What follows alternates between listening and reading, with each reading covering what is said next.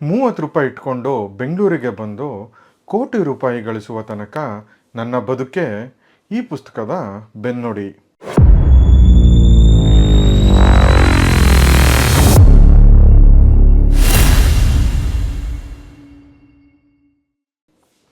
ನಮಸ್ಕಾರ. 64 ಚಾನಲ್ಗೆ ಸ್ವಾಗತ. ನಾನು ಚಂದನ್. ನಾವು ಇವತ್ತು ಪರಿಚಯ ಮಾಡ್ತಾ ಇರೋ ಪುಸ್ತಕ ಈ ಜಾನ್ರಾದಲ್ಲಿ ಬಹುಶಃ ಮೊಟ್ಟ ಮೊದಲ ಪುಸ್ತಕ ಇರಬಹುದು. ಇಂಜಿನಿಯರಿಂಗ್ ಮಾಡಬೇಕು ಇಲ್ಲ UPSCಗೆ ಹೇಗೆ ತಯಾರಿ ಮಾಡ್ಕೋಬೇಕು ಅನ್ನೋದಕ್ಕೆ ನಿಮಗೆ ಸಾವಿರಾರು ಪುಸ್ತಕಗಳು ಸಿಗುತ್ತೆ. ಆದರೆ ಸ್ವಂತ ಬಿಸ್ನೆಸ್ನ ಹೇಗೆ ಸ್ಟಾರ್ಟ್ ಮಾಡಬೇಕು ಅಂತ ನೀವು ಹುಡುಕಿದ್ರೆ ಅದಕ್ಕೆ ಸಿಗೋ ಪುಸ್ತಕಗಳು ತುಂಬಾ ಕಮ್ಮಿ. ಇನ್ ಕೇಸ್ ಯಾರಾದರೂ ಬರೆದಿದ್ರೆ ಅದು MBA ಓದಿನೋ ಅಥವಾ ಇನ್ಯಾರೋ ಬಿಸ್ನೆಸ್ ಸ್ಟಾರ್ಟ್ ಮಾಡಿ ಅದನ್ನು ನೋಡಿನೋ ಇಲ್ಲ ಇಂಟರ್ನೆಟ್ಟಿಂದ ಬಟ್ಟಿ ಇಳಿಸಿದ್ದ ಆರ್ಟಿಕಲ್ಸ್ ಆಗಿರೋ ಪುಸ್ತಕಗಳಾಗಿರುತ್ತೆ. ಆದರೆ ಇವರು ಮಾತ್ರ ತಮ್ಮ ಸ್ವಂತ ಅನುಭವದಿಂದನೇ ಬೇರೆಯವರಿಗೆ ಗೈಡ್ ಮಾಡೋದಕ್ಕೆ ಅಂತಲೇ ಈ ಪುಸ್ತಕನ ಬರೆದಿದ್ದಾರೆ. ನಾವು ಓದಿದ ವಿಭಾಗದಲ್ಲಿ ಇವತ್ತು ನಾವು ಪರಿಚಯ ಮಾಡ್ಕೋತಾ ಇರೋ ಪುಸ್ತಕ 51 ಬಿಸ್ನೆಸ್ ಐಡಿಯಾಗಳು. ಲೇಖಕರು ವೀರಕಪುತ್ರ ಶ್ರೀನಿವಾಸ. ಪ್ರಕಾಶಕರು ವೀರಲೋಕ ಪಬ್ಲಿಕೇಶನ್ಸ್.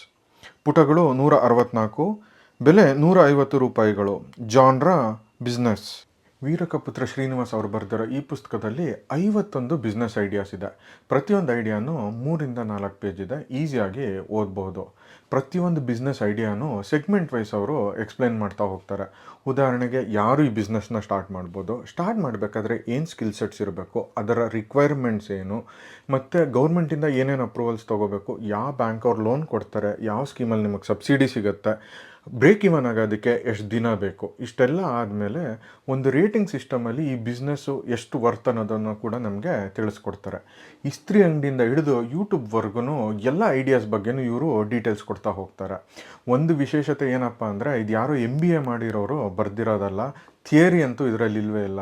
ಈ ಎಲ್ಲ ಐಡಿಯಾಸಲ್ಲೂ ಗ್ರೌಂಡ್ ರಿಯಾಲಿಟಿನೇ ಮಾತಾಡ್ತಾರೆ.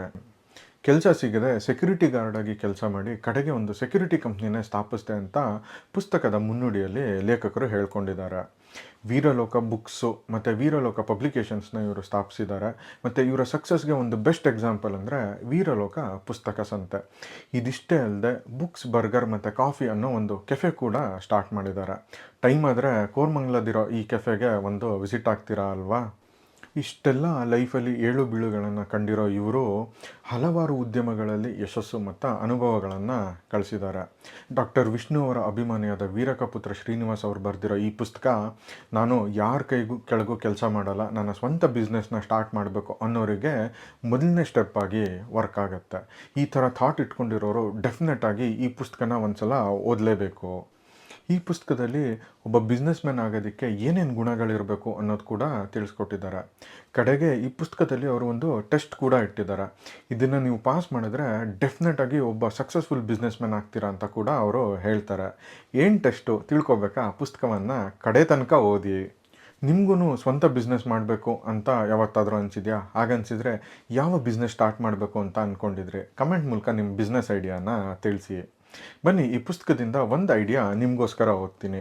ಅದಕ್ಕೂ ಮುಂಚೆ ನಾವು ಮಾಡ್ತಿರೋ ಈ ಕನ್ನಡ ಪುಸ್ತಕವನ್ನು ಪರಿಚಯಿಸೋ ಕೆಲಸ ನಿಮಗೆ ಇಷ್ಟ ಆಗಿದೆ ಅಂದರೆ ದಯವಿಟ್ಟು ನಮ್ಮ ಚಾನಲ್ಗೆ ಸಬ್ಸ್ಕ್ರೈಬ್ ಆಗಿ. ಈ ವಿಡಿಯೋನ ಲೈಕ್ ಮತ್ತು ಶೇರ್ ಮಾಡೋದು ಮರಿಬೇಡಿ. ಮೊದಲನೇ ಐಡಿಯಾ, ಚಹಾ ಅಂಗಡಿ, ಟೀ ಸ್ಟಾಲ್. ಭಾರತದಲ್ಲಿ ರಾಜಕೀಯ ಚರ್ಚೆ ಶುರುವಾಗುವುದು ವಿಧಾನಸೌಧದಲ್ಲೋ ಪಾರ್ಲಿಮೆಂಟಲ್ಲೋ ಅಲ್ಲ, ಅದು ಚಹಾ ಅಂಗಡಿಯಲ್ಲಿ. ಭಾರತದಲ್ಲಿನ ಚಹಾ ಅಂಗಡಿಗಳಲ್ಲಿ ಚಹಾ ಮಾತ್ರ ಮಾರಾಟವಾಗುವುದಿಲ್ಲ.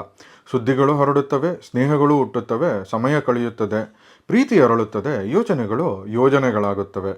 ಆದ್ದರಿಂದ ಚಹಾ ಅಂಗಡಿಗಳು ಎಂದಿಗೂ ಬೇಡಿಕೆಯನ್ನು ಕಳೆದುಕೊಳ್ಳೋದಿಲ್ಲ. ಬಸ್ ನಿಲ್ದಾಣ, ಕಾಲೇಜು ಪ್ರದೇಶಗಳು, ಕಚೇರಿಗಳ ಸುತ್ತಮುತ್ತ, ಕಾರ್ಖಾನೆಗಳ ಬಳಿ, ಹಾಸ್ಟೆಲ್, ಅಪಾರ್ಟ್ಮೆಂಟ್, ವಸತಿ ಪ್ರದೇಶಗಳು, ಹೈವೇ, ಸರ್ಕಲ್, ಹೀಗೆ ಎಲ್ಲೆಂದರಲ್ಲಿ ಚಹಾ ಕಾಫಿಗೆ ಗ್ರಾಹಕರು ಸಿಕ್ಕಿಬಿಡುತ್ತಾರೆ. ಹೆಚ್ಚಿನ ವಿದ್ಯಾಭ್ಯಾಸವಿಲ್ಲದವರು ಮತ್ತು ಹೆಚ್ಚಿನ ಹೂಡಿಕೆಯ ಸಾಮರ್ಥ್ಯ ಇಲ್ಲದವರಿಗೆ ಇದು ಅತ್ಯುತ್ತಮ ಆಯ್ಕೆ. ಯಾರು ಈ ಉದ್ಯಮವನ್ನು ಆರಂಭಿಸಬಹುದು? ಕಡಿಮೆ ವಿದ್ಯಾಭ್ಯಾಸ ಮಾಡಿದವರು, ಉದ್ಯೋಗ ಸಿಗದ ಯುವಕರು, ಹೂಡಿಕೆಗೆ ಹೆಚ್ಚು ಹಣವಿಲ್ಲದವರು, ಪಾರ್ಟ್ ಟೈಮ್ ಕೆಲಸ ಶುರು ಮಾಡಲು ಬಯಸುವವರು, ಮಹಿಳೆಯರು ಕೂಡ ಸುಲಭವಾಗಿ ನಡೆಸಬಹುದು, ಅಂಗವಿಕಲರು ಮಾಡಬಹುದು. ಅಗತ್ಯ ಕೌಶಲ್ಯ: ಚೆನ್ನಾಗಿ ಚಹಾ ಮತ್ತು ಕಾಫಿ ಮಾಡೋದು, ಸ್ವಚ್ಛತೆ ಕಾಪಾಡೋದು, ಗ್ರಾಹಕರೊಂದಿಗೆ ಸೌಜನ್ಯವಾಗಿ ವರ್ತಿಸೋದು, ಸಮಯಕ್ಕೆ ಅಂಗಡಿ ತೆರೆಯುವ ಶಿಸ್ತು ಇರುವುದು. ಹೂಡಿಕೆ ಅಂದಾಜು 20,000ದಿಂದ 50,000 ಸಾಕು.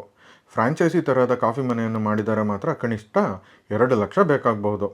ಆದಾಯ ಮತ್ತು ಲಾಭ. ಒಂದು ದಿನಕ್ಕೆ 200 ಕಪ್ ಚಹಾ ಕಾಫಿ ಮಾರಾಟವಾದರೆ 1 ಕಪ್ 15-20 ರೂಪಾಯಿ ಅಂದ್ಕೊಂಡ್ರೆ 3,500 ತನಕ ವ್ಯಾಪಾರ. ಖರ್ಚು ತೆಗೆದ ನಂತರ ದಿನಕ್ಕೆ ಸುಮಾರು 1,000ದಿಂದ 1,500 ರೂಪಾಯಿ ಲಾಭ ಸಾಧ್ಯ. ತಿಂಗಳಿಗೆ 30,000ದಿಂದ 45,000 ಗಳಿಸಬಹುದು. ಮುನ್ನೆಚ್ಚರಿಕೆಗಳು: ಹೆಚ್ಚು ಜನ ಸೇರುವ ಸಂಚರಿಸುವ ಸ್ಥಳ ಆಯ್ಕೆ ಮಾಡಬೇಕು. ಸ್ಥಳೀಯ GBA, ನಗರಸಭೆ, ಗ್ರಾಮ ಪಂಚಾಯಿತಿ ಅನುಮತಿ ಪಡೆಯಬೇಕು.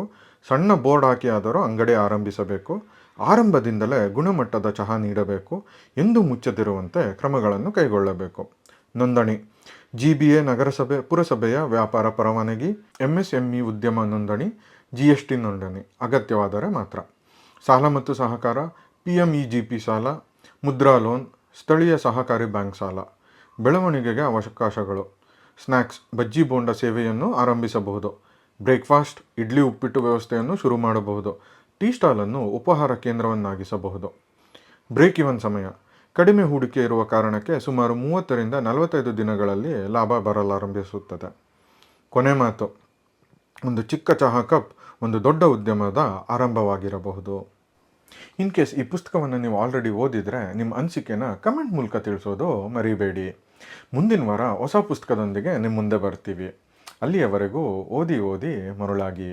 ವಿಡಿಯೋ ನೋಡಿದ್ದಕ್ಕಾಗಿ ಧನ್ಯವಾದಗಳು. ನಾನು ಚಂದನ್, ಸೈನಿಂಗ್ ಆಫ್.